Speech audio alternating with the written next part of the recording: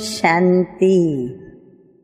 आज की तारीख है 27/4/15 और आज की ज्ञान मुरली का शीर्षक बहुत ही प्यारा और एक राज खोलने वाला। बाबा कहते हैं कि यह ज्ञान बड़ा गुह्य है।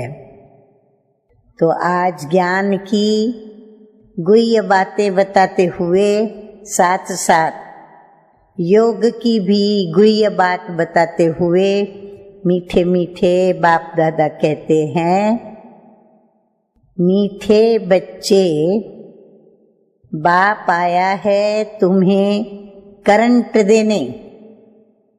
कौन सी गुह्य बात है ये? याद की ये गुह्य बात है कि हम बाबा की याद में बैठते हैं तो हमें करंट मिलती है। और करंट का अनुभव जिन्होंने किया है वो जानते हैं कि 1 सेकंड के भी 100वें हिस्से में, 100वें समय में हमें पूरे शरीर के अंदर उसकी कंपन महसूस होती है, यानी जो इलेक्ट्रिसिटी है उसकी शक्ति का रोम रोम में अनुभव हो जाता है। तो बाबा कहते हैं कि बाप आया है तुम्हें करंट देने, शक्तियों की करंट देने। तो तुम देही अभिमानी होंगे और बुद्धि योग एक बाप से होगा तो करंट मिलती रहेगी। अब ये करंट किसको मिलती है? जो देही अभिमानी होंगे, बाबा कहते हैं। और बाबा कहते हैं जिनका बुद्धि का योग, यानी बुद्धि में जो सिर्फ एक बाप को याद करेंगे और कोई देहधारी याद नहीं होगा, तो ऐसे बच्चों को बाप की ये सर्व शक्तियों की करंट मिलेगी। तो सभी तैयार हैं करंट लेने के लिए? तो आगे बढ़ते हैं, अब ज्ञान की बातें सुनते हैं। तो आज का प्रश्न है, सबसे बड़ा आसुरी स्वभाव कौन सा है जो तुम बच्चों में नहीं होना चाहिए? उत्तर है अशांति फैलाना। ये है सबसे बड़ा आसुरी स्वभाव। अशांति फैलाने वाले से मनुष्य तंग हो जाते हैं। वो जहाँ जाएंगे वहाँ अशांति फैला देंगे। इसलिए भगवान से सभी शांति का वर मांगते हैं। अब अशांति कैसे फैलती है? या तो क्रोध के वश जब कोई मनुष्य अपना व्यवहार करता है, या फिर क्रोध के वश बहुत वाणी चलाता है, बहुत बड़बड़ करते हैं, या फिर आपस में तू मैं करके लड़ाई झगड़ा करते हैं, तो वातावरण के अंदर अशांति फैलती है। तो मीठे मीठे बाप दादा कहते हैं कि अशांति फैलानी नहीं है, क्योंकि उनसे सभी तंग होते हैं। इसीलिए सभी शांति का वर प्रभु से मांगते हैं। अच्छा गीत बजा है, निर्बल से लड़ाई बलवान की, ये कहानी है दिए की और तूफान की। तो दिया है हम आत्माएं और तूफान आते हैं माया के। तो ये माया के तूफानों के साथ आत्मा की जो लड़ाई होती है उसकी ये एक कहानी बनती है, और उसी कहानी को सारी दुनिया के अंदर सभी याद करते हैं, जो कहानियाँ शास्त्रों के अंदर भी वर्णन में आई हैं। तो सुनते हैं मीठे मीठे बाप दादा के मधुर महावाक्य। तो मीठे मीठे बाप दादा कहते हैं, मीठे मीठे सिकिलधे बच्चों ने गीत की लाइन सुनी। अब ये गीत तो भक्ति मार्ग का है, फिर उनको ज्ञान में ट्रांसफर किया जाता है और कोई ट्रांसफर कर न सके। तुम्हारे में भी नंबरवार पुरुषार्थ अनुसार जान सकते हैं कि दिया क्या है और तूफान क्या है। बच्चे जानते हैं कि आत्मा की ज्योत उजाई हुई है। अब बाप आए हैं ज्योत जगाने लिए। कोई मरते हैं तो भी दिया जलाते हैं, उसकी बड़ी खबरदारी रखते हैं। समझते हैं दीवा अगर बुझ गया तो आत्मा को अंधियारे से जाना पड़ेगा, इसलिए दीवा जलाते हैं। अब सतयुग में तो ये बातें होती नहीं, वहां तो सभी सोजरे में होंगे, भूख आदि की बात ही नहीं। वहां तो बड़े माल मिलते हैं और यहाँ है घोर अंधियारा, क्योंकि छीछी दुनिया है ना। और फिर सभी आत्माओं की ज्योत उजाई हुई है। बाबा हमें सतयुग और कलयुग दोनों के बीच जो अंतर है वो अंतर हम बच्चों को समझाया। तो अब आगे बाबा कहते हैं कि सबसे जास्ती ज्योत तुम्हारी उजाई हुई है।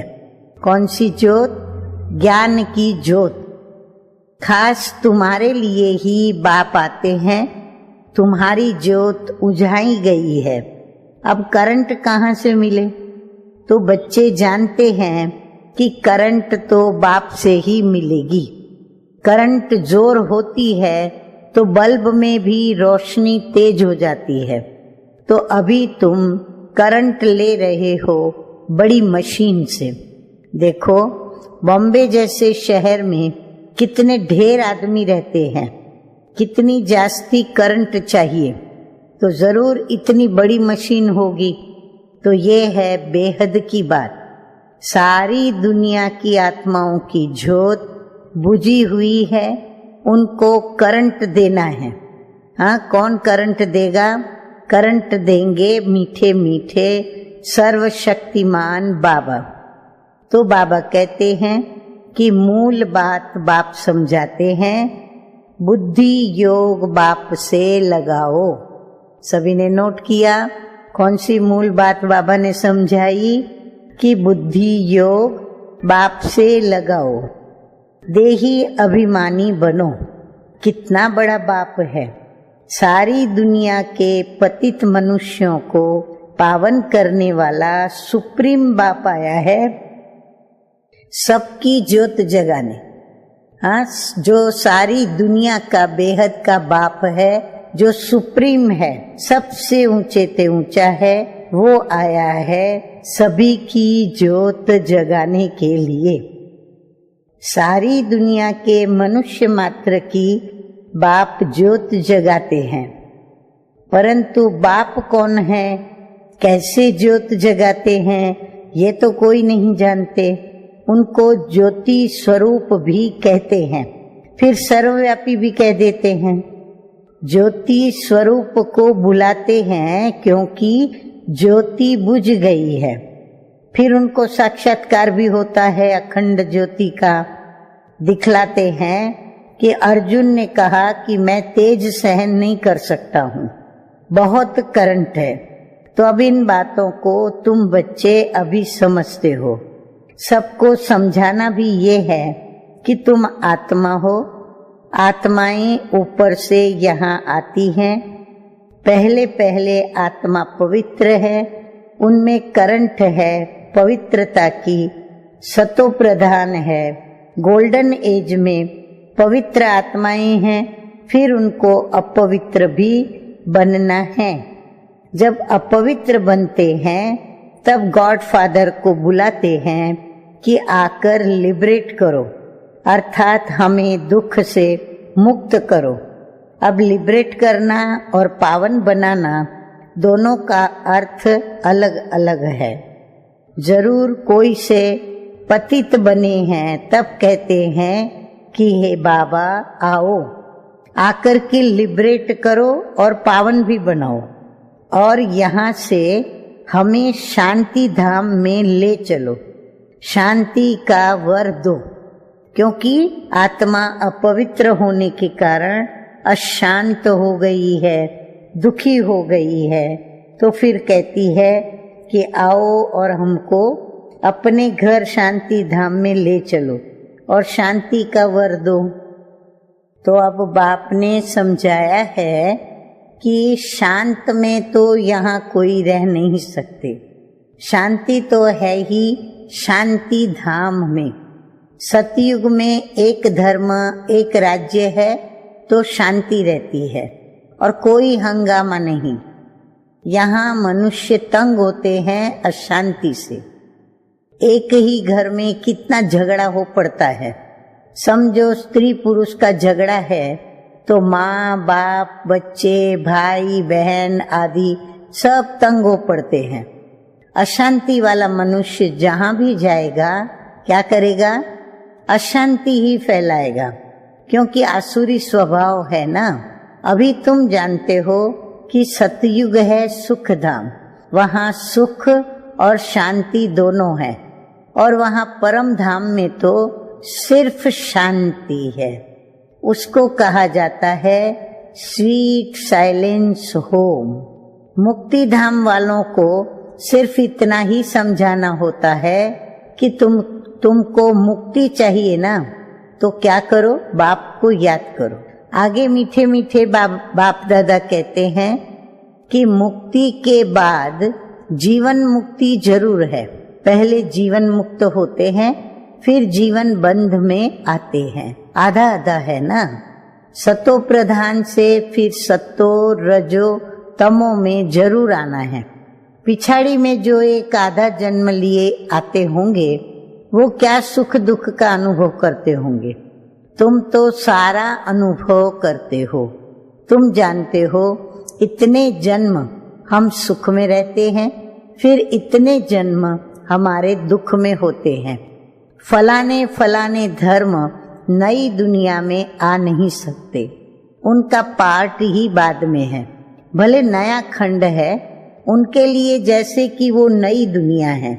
जैसे बौद्धी खंड, क्रिश्चियन खंड, तो ये नया हुआ ना। उनको भी सतो रजो तमो से पास करना है। झाड़ में भी ऐसे ही होता है ना, आहिस्ते आहिस्ते वृद्धि होती जाती है। पहले जो निकले वो नीचे ही रहते हैं। देखा है ना कि नए नए पत्ते कैसे निकलते हैं। छोटे छोटे हरे पत्ते निकलते रहते हैं, फिर बाद में धीरे धीरे फूल निकलता है। नया झाड़ बहुत छोटा है, नया बीज डाला जाता है। उनकी पूरी परवरिश नहीं होती यदि, तो सड़ जाता है। तुम भी पूरी परवरिश नहीं करते हो तो सड़ जाते हैं। बाप आकर मनुष्य से देवता बनाते हैं और उसमें भी सब नंबरवार बनते हैं, क्योंकि राजधानी स्थापन होती है ना, तो बहुत फेल भी हो पड़ते हैं। मीठे मीठे बाप दादा कहते हैं कि बच्चों की जैसी अवस्था है ऐसा प्यार बाप से मिलता है। कई बच्चों को बाहर से भी प्यार करना होता है। कोई कोई लिखते हैं कि बाबा हम फेल हो गए, पतित बन गए, अब उनको कौन हाथ लगाएगा। वो फिर बाप की दिल पर चढ़ नहीं सकते। पवित्र को ही बाबा का वर्षा दे सकते हैं। तो सभी ने ज्ञान के गुह्य राज समझे कि बाप का प्यार पाने क्या करना होता है। पहले एक से पूरा समाचार पूछ पोता में लेते हैं। जैसी अवस्था वैसा प्यार। बाहर से भले प्यार करेंगे, परंतु अंदर जानते हैं कि ये बिल्कुल ही बुद्धू है, सर्विस कर नहीं सकते। ख्याल तो रहता है ना। अज्ञान काल में बच्चा अच्छा कमाने वाला होता है तो बाप बहुत प्रेम से मिलेगा। कोई इतना कमाने वाला नहीं होगा तो बाप का भी इतना प्यार नहीं रहता। तो यहाँ भी ऐसे है। बच्चे बाहर में भी सर्विस करते हैं ना, भले कोई भी धर्म वाला हो, उनको समझाना चाहिए। बाप को लिबरेटर कहा जाता है ना, तो लिबरेटर और गाइड कौन है उनका परिचय देना है। बाबा कहते हैं सुप्रीम गॉड फादर आते हैं, सबको लिबरेट करते हैं। बाप कहते हैं तुम कितने पतित बन गए हो, प्योरिटी तो है ही नहीं, अब मुझे याद करो, क्योंकि बाप तो एवर प्योर है। बाकी सब पवित्र से अपवित्र जरूर बनते हैं, पुनर्जन्म लेते लेते उतरते आते हैं।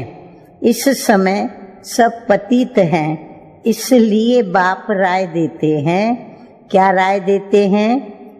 बच्चे तुम मुझे याद करो तो पावन बन जाएंगे। अब मौत तो सामने खड़ा है, पुरानी दुनिया का अब अंत है। माया का पॉम्प कितना है, इसलिए मनुष्य समझते हैं कि ये तो स्वर्ग है, एरोप्लेन, बिजलियां आदि क्या क्या है, ये सब है माया का।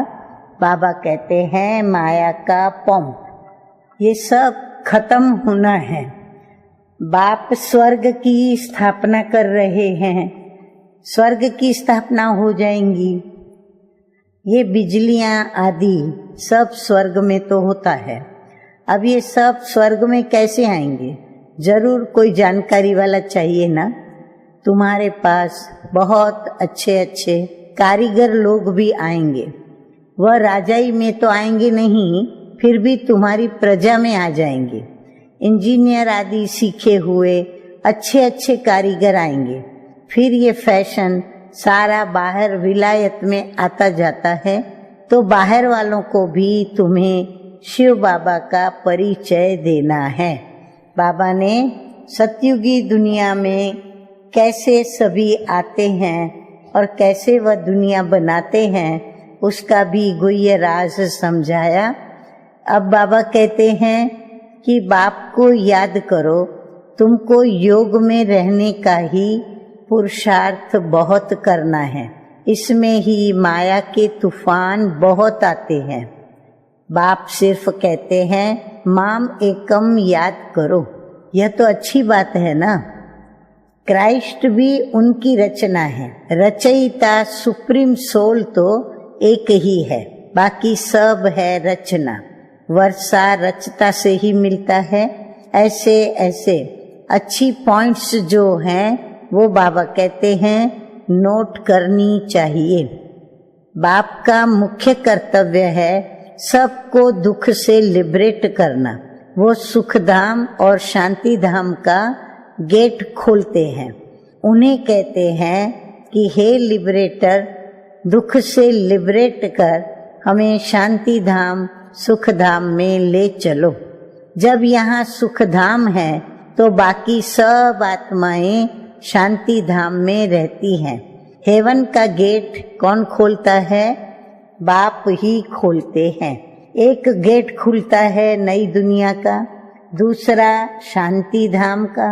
अब जो आत्माएं अपवित्र हो गई हैं, उनको बाप श्रीमत देते हैं कि अपने को आत्मा समझो, मुझे याद करो तो तुम्हारे पाप कट जाए। अब जो जो पुरुषार्थ करेंगे तो फिर अपने धर्म में भी वो उच्च पद पाएंगे। पुरुषार्थ नहीं करेंगे तो कम पद पाएंगे। अच्छी अच्छी पॉइंट्स नोट करो तो समय पर काम आ सकती है। बोलो शिव बाबा का ऑक्यूपेशन हम बताएंगे तो मनुष्य कहेंगे कि ये फिर कौन है जो गॉड फादर शिव का ऑक्यूपेशन बताते हैं। तो बाबा कहते हैं कि तुम बोलो, तुम आत्मा के रूप में तो सभी ब्रदर्स हो। फिर प्रजापिता ब्रह्मा के द्वारा शिव परमात्मा रचना रचते हैं, तो हम ब्रह्मा के बच्चे भाई बहन हो जाते हैं। गॉड फादर जिसको लिबरेटर और गाइड कहते हैं, उनका ऑक्यूपेशन हम आपको बतलाते हैं। तो जरूर हमको गॉड फादर ने बताया है, तब हम आपको बताते हैं। तो बाबा कहते हैं सन सोज फादर। अब यह भी समझाना चाहिए कि आत्मा बिल्कुल छोटा स्टार है। इन आँखों से उनको देखा नहीं जाता है, दिव्य दृष्टि से उसका साक्षात्कार हो सकता है। वो बिंदी है। आत्मा का दिव्य दृष्टि से साक्षात्कार हो सकता है। वो बिंदी है, देखने से फायदा थोड़ी हो सकता है। बाप भी ऐसे ही बिंदी है, उनको सुप्रीम सोल कहते हैं। सोल एक जैसी ही है, परंतु वह सुप्रीम है, नॉलेजफुल है, ब्लिसफुल है, लिबरेटर है और गाइड है। उनकी बहुत महिमा करनी पड़े। जरूर बाप आएंगे तब तो साथ ले जाएंगे ना, आकर नॉलेज देंगे। तो बाप ही बतलाते हैं कि आत्मा इतनी छोटी है और मैं भी इतना ही हूँ। नॉलेज भी जरूर कोई शरीर में प्रवेश करके देंगे। आत्मा के बाजू में मैं आकर के बैठूंगा, मेरे में पावर है। ऑर्गन्स मिल गए तो मैं धनी हो गया। इन ऑर्गन्स द्वारा बैठ समझाता हूँ। कौन से ऑर्गन्स? ब्रह्मा बाबा के। फिर इनको एडम भी कहा जाता है। एडम है पहला पहला आदमी, मनुष्यों का सिजरा है ना। ये माता पिता भी बनते हैं, इनसे फिर रचना होती है पुराना परंतु एडॉप्ट किया है। नहीं तो ब्रह्मा कहाँ से आया? ब्रह्मा के बाप का कोई नाम बताए। हाँ, बाबा चैलेंज करते हैं कि ब्रह्मा के बाप का कोई नाम बताए। ब्रह्मा विष्णु शंकर, ये किसकी रचना तो होगी ना। रचयिता तो एक ही है। बाप ने तो इनको क्या किया है? एडॉप्ट किया है। ये इतने छोटे बच्चे बैठ सुनाए तो कहेंगे कि ये तो बहुत बड़ी नॉलेज है। आगे मीठे मीठे बाप दादा कहते हैं कि जिन बच्चों को अच्छी धारणा होती है उनको प्राप्ति क्या होती है? उन्हें बहुत खुशी रहेगी और कभी उनको उबासी नहीं आएगी। हाँ, मुरली सुनते या योग करते कभी उबासी नहीं आएगी। फिर हम सभी का चार्ट क्या कहता है? उबासी आती है? अभी आप मुरली सुन रहे हो तो आपको उबासी आ रही है? नहीं आ रही है। बहुत अच्छा। तो बाबा कहते हैं कि जो बाप को याद करते हैं, धारणा में रहते हैं, उनको कभी उबासी नहीं आएगी। बाबा कहते हैं कोई समझने वाला नहीं होगा तो उबासी देता रहेगा। तो बाबा कहते हैं कि यहाँ तो तुमको कभी उबासी नहीं आनी चाहिए, क्योंकि कमाई के समय कभी उबासी नहीं आती है। ग्राहक नहीं होंगे, धंधा ठंडा होगा तो उबासी आती रहेंगी। यहाँ भी धारणा नहीं होती है। कोई तो बिल्कुल समझते नहीं है, क्योंकि देह अभिमान है। देही अभिमानी हो बैठ नहीं सकेंगे। कोई न कोई बाहर की बातें उनको याद आ जाएंगी। पॉइंट्स आदि भी नोट नहीं कर सकेंगे। शुरूर बुद्धि झट नोट करेंगे कि ये पॉइंट बहुत अच्छी है। स्टूडेंट्स की चलन भी टीचर को देखने में आती है ना। सेंसिबल टीचर की नजर सब तरफ फिरती रहती है, तब तो सर्टिफिकेट देते हैं पढ़ाई का। मैनर्स का सर्टिफिकेट निकालते हैं, कितने एब्सेंट रहे वह भी निकालते हैं। यहाँ तो भले प्रेजेंट होते हैं परंतु समझते कुछ नहीं, धारणा नहीं होती। कोई कहते हैं बुद्धि डल है इसलिए धारणा नहीं होती। अब बाबा क्या करेंगे? ये तुम्हारे कर्मों का हिसाब किताब है।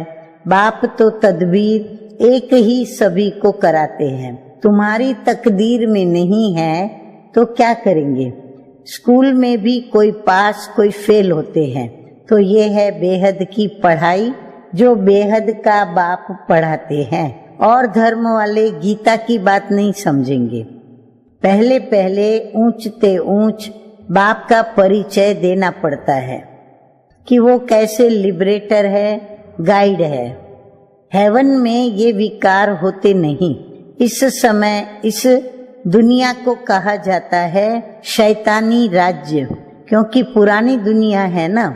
इनको गोल्डन एजेड नहीं कहेंगे। नई दुनिया थी, अब क्या हो गई है? पुरानी हुई है। तो बच्चों में जिनको सर्विस का शौक है तो उनको पॉइंट्स नोट करनी चाहिए। अच्छा, मीठे मीठे सिकिलधे बच्चों प्रति माता पिता बाप दादा का याद प्यार और गुड मॉर्निंग। रूहानी बाप की रूहानी बच्चों को नमस्ते। हम रूहानी बच्चों का रूहानी बाप दादा को याद प्यार गुड मॉर्निंग और नमस्ते नमस्ते। अब हम क्या सुनेंगे? धारणा के लिए मुख्य सार के 2 महावाक्य। तो बाप दादा कहते हैं कि पढ़ाई में बहुत बहुत कमाई है, इसलिए कमाई खुशी खुशी से करनी है। पढ़ते समय कभी उबासी आदि न आए, बुद्धि योग इधर उधर न भटके, पॉइंट्स नोट कर धारणा करते रहो। दूसरा महावाक्य है, पवित्र बन बाप के दिल का प्यार पाने का अधिकारी बनना है। सर्विस में भी होशियार बनना है, अच्छी कमाई करनी है और करानी है। वरदान है आज का, सदा सुखों के सागर में, सदा सुखों के सागर में लवलीन रहने वाले अंतर्मुखी भव। कहा जाता है अंतर्मुखी सदा सुखी। जो बच्चे सदा अंतर्मुखी भव का वरदान प्राप्त कर लेते हैं वह बाप समान सदा सुख के सागर में लवलीन रहते हैं। सुखदाता के बच्चे स्वयं भी सुखदाता बन जाते हैं। सर्व आत्माओं को सुख का ही खजाना बांटते हैं।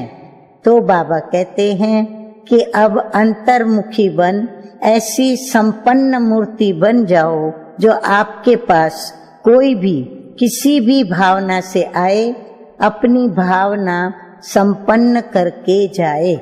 जैसे बाप के खजाने में अप्राप्त वस्तु नहीं, वैसे आप भी बाप समान भरपूर बनो। अभी स्लोगन सुनेंगे। तो स्लोगन है आज का, रूहानी शान में रहो तो कभी भी अभिमान की फीलिंग नहीं आएगी। अच्छा, ओम शांति।